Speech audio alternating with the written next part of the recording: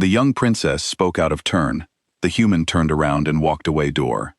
The chamber went silent the moment I stood up. Not a polite silence. The kind of silence that presses against your ears like water.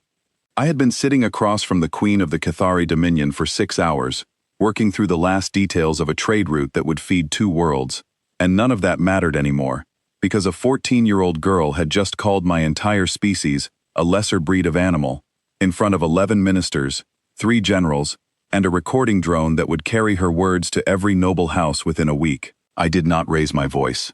I did not look for an apology.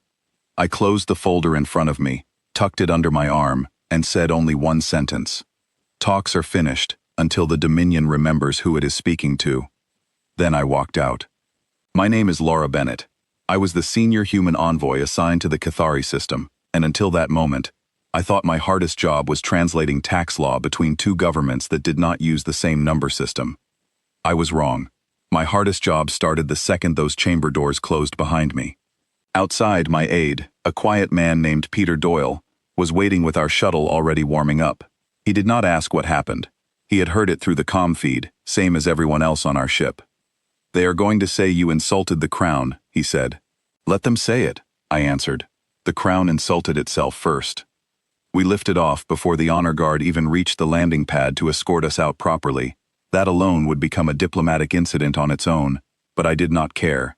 I had learned something in my years working with the Cathari. Their whole culture ran on status, on bloodlines, on who was permitted to speak and who was not.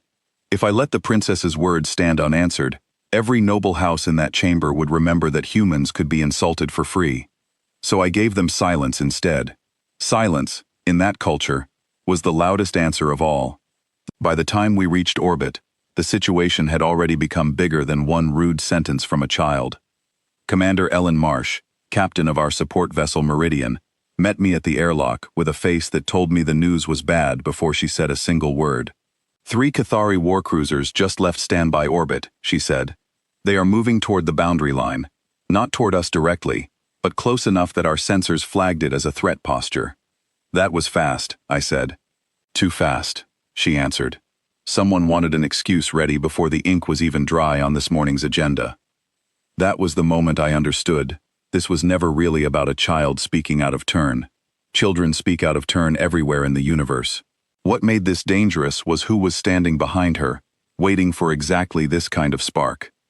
His name was General Torvain Kell, head of House Threll, and he had spent 2 years arguing that the corridor deal with humanity should never have been offered in the first place. He believed the Dominion did not need our shipping lanes, our medicine, or our friendship. He believed strength was the only currency that mattered between civilizations, and he had been waiting for a reason to prove it. A careless remark from a princess who did not yet understand the weight of her own voice gave him exactly the reason he needed. Within 2 hours, House Threll released a public statement calling my walkout an act of aggression against the throne. They demanded a formal apology from Earth, and they demanded it within 3 days, or they claimed they could no longer guarantee peaceful passage through Cathari space for any human vessel. That was not diplomacy. That was a threat wrapped in the language of diplomacy, and everyone on my ship knew it. I want to be honest with you. My first instinct was fear, not for myself, but for every human colony ship and supply freighter currently sitting inside Cathari borders, unarmed, unaware that a 14-year-old's comment had just put a timer on their safety. I had exactly 3 days to fix something I did not break, using words instead of weapons, because Earth had sent exactly 0 warships into that region. We had built this relationship entirely on trust, and trust does not stop a cruiser. My second instinct, the one that mattered more, was clarity. Panic would not help anyone. I needed to understand who actually held power in that chamber, and who was simply making noise. I called for everything we had on Queen Amareth, the princess's mother. Our intelligence officer, a sharp young woman named Grace Calloway, brought me the file within the hour. The Queen has been trying to hold her council together for years, Grace explained. House Threll wants war posturing. House Velen wants deeper trade with Earth. The Queen sits in the middle, trying not to let either side tear the kingdom apart.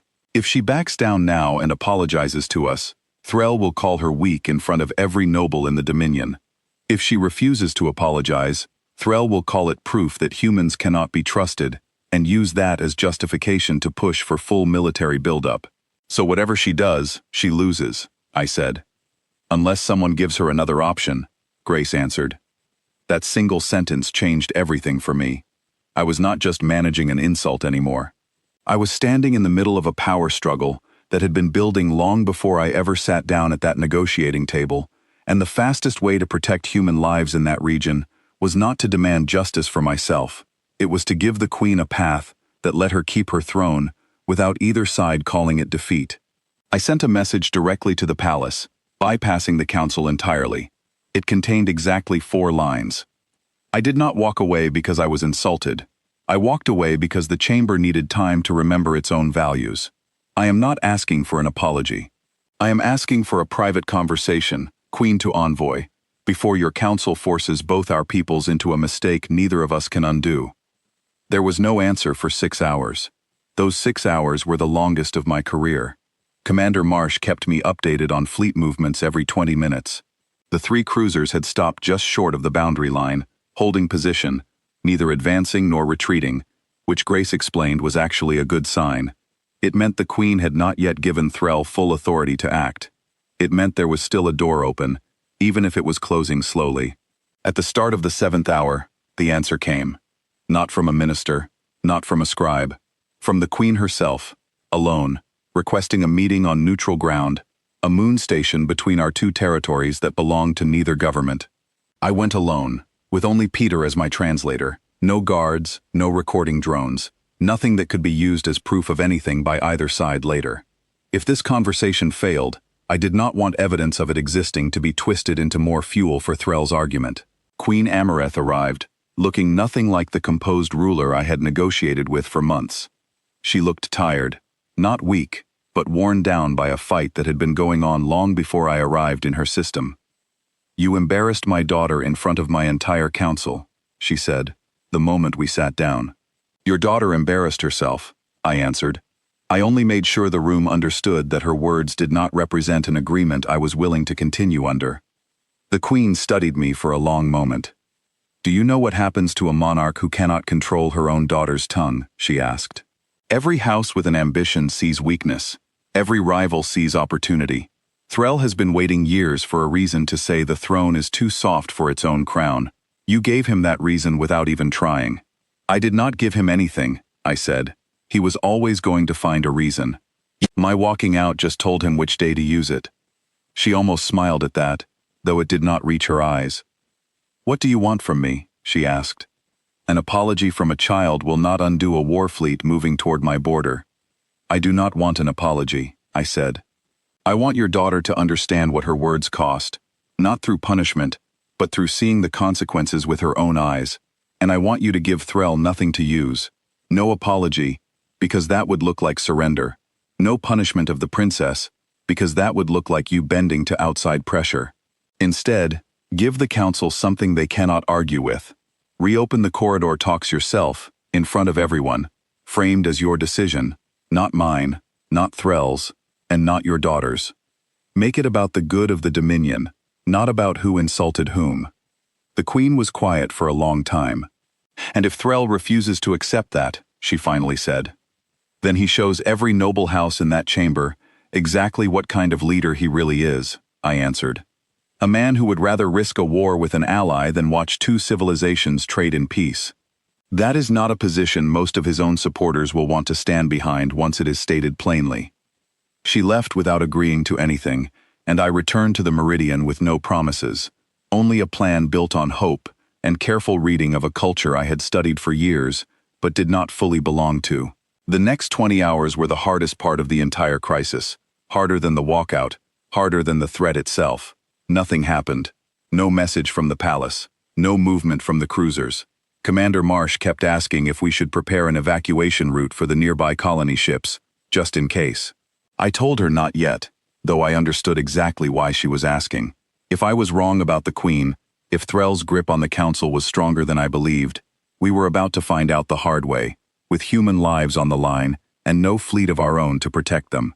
Grace Calloway found me on the observation deck near the end of that waiting period. She did not say much. She just stood beside me and watched the same stretch of stars I was watching. the direction where those 3 cruisers sat holding their line. "You did the right thing, walking out," she finally said.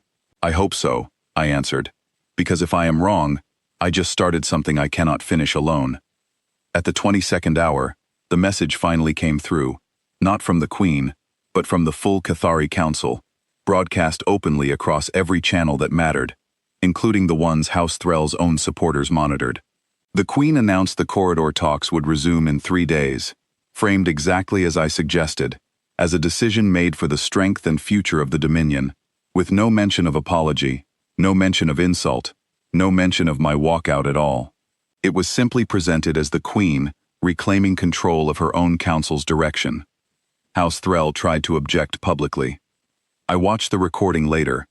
General Kell stood up in that same chamber and argued that reopening talks so quickly proved weakness in the face of human aggression. But this time, something had shifted. Several ministers who had stayed quiet during the first outburst now spoke up, pointing out that 3 war cruisers sitting at the boundary for a full day, with no clear justification beyond a child's careless words, had already cost the Dominion more in trade delays and trust than any insult ever could. Threll's own allies began distancing themselves from him in real time, right there on the recording, because nobody wanted to be remembered as the house that nearly started a conflict over a 14-year-old's temper. 3 days later, I returned to that same chamber for the reopening of talks. The princess was there again, seated behind her mother, silent this time, truly silent, not performing silence for the room's benefit. Before the session began, she approached me directly, without her guards, without her mother's permission as far as I could tell. "I did not know cruisers would move because of what I said," she told me. "I thought I was only speaking my own thoughts out loud." "Thoughts have weight when you sit that close to power," I answered. "Even quiet ones." She nodded slowly, and for the first time since I had met her, she looked less like a spoiled child and more like someone beginning to understand the size of the world she would one day rule. I did not ask for an apology from her, and she did not give one in the traditional sense. Instead, during the session, when the corridor agreement was finally signed, she stood, with her mother's clear permission this time, and spoke to the full council. "The safety of this agreement was nearly lost to my own careless words," she said. "I ask the council to remember that respect between our peoples is not a weakness to be managed, but a strength to be protected, by everyone in this room, myself included." It was not a grand speech. It did not undo what had happened. But it was honest, and in that chamber, honesty from someone so young carried more weight than any formal apology ever could have. I never told anyone in that room how close we came to losing everything over one sentence spoken without thinking. I did not need to. Everyone who mattered had already felt it, in the 22 hours we spent watching 3 cruisers sit at a boundary line, deciding whether trust between 2 entire civilizations could survive a single moment of carelessness. Commander Marsh asked me once, after everything settled, why I chose silence instead of anger when the princess first spoke. "Anger gives people something to fight against," I told her. "Silence gives them something to think about, and most of the time, thinking is what actually changes a mind." The corridor opened on schedule. Trade continued. House Threll's influence in the council quietly weakened over the following months, not because I destroyed him, but because his own reaction to a child's mistake showed everyone exactly the kind of leader he truly was. As for the princess, I received a message from her nearly a year later, written in her own hand, rather than dictated to a scribe. She had begun studying human history and language on her own time, without being asked. She wanted to understand, in her own words, why a single person walking quietly out of a room had done more to protect her mother's throne than an entire fleet standing ready at the border. I never answered with a lesson. I simply told her that some of the strongest choices in life do not look like strength at all. Sometimes, they look like someone standing up, saying very little, and choosing to walk away.